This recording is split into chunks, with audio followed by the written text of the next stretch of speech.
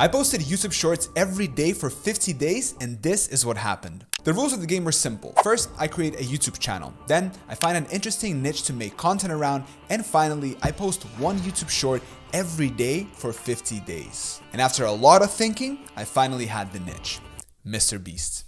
But before I could do anything, I first needed a channel name. The name of the channel needed two things. First, it had to include Mr. Beast's name. And second, I had to let my audience know exactly what kind of content they can expect on this channel. And so with these two things in mind, I went with the most logical channel name I could think of.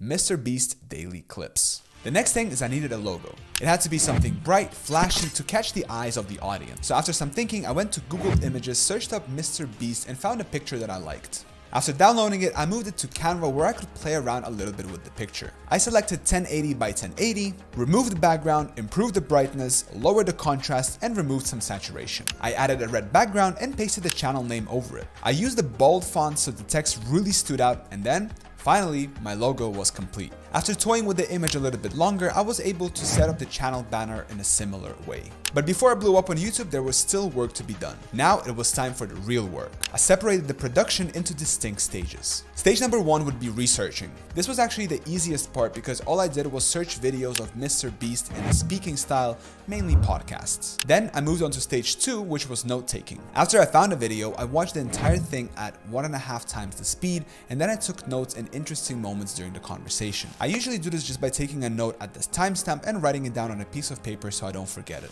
If the video was lacking interesting points, then I just moved on to the next conversation. I needed a dialogue that could give the audience a glimpse into the mind of a super successful entrepreneur, because who doesn't like a success story? But I also expanded to include some quirky details of his personal life and also the challenges he went through growing his channel. I thought this would make for very interesting content that could pique people's curiosity. After that, I had a list of all the timestamps that I would be using for the video production. This might seem like a lot of unnecessary work, but it did pay out eventually at the end. With the note taking done, now I just needed to download the video. For that, you can use any YouTube to MP4 downloader.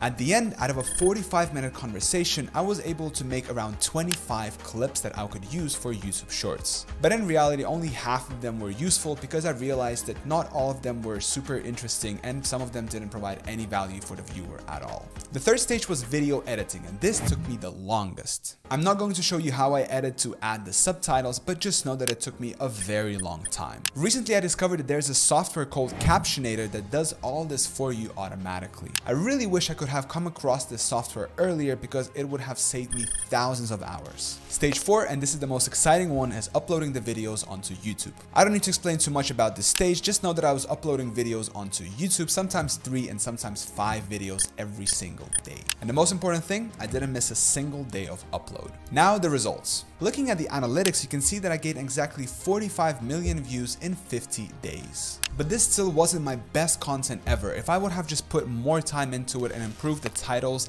and the actual clips that I was using, I believe that I could have gotten 5-10 more million views in that time frame.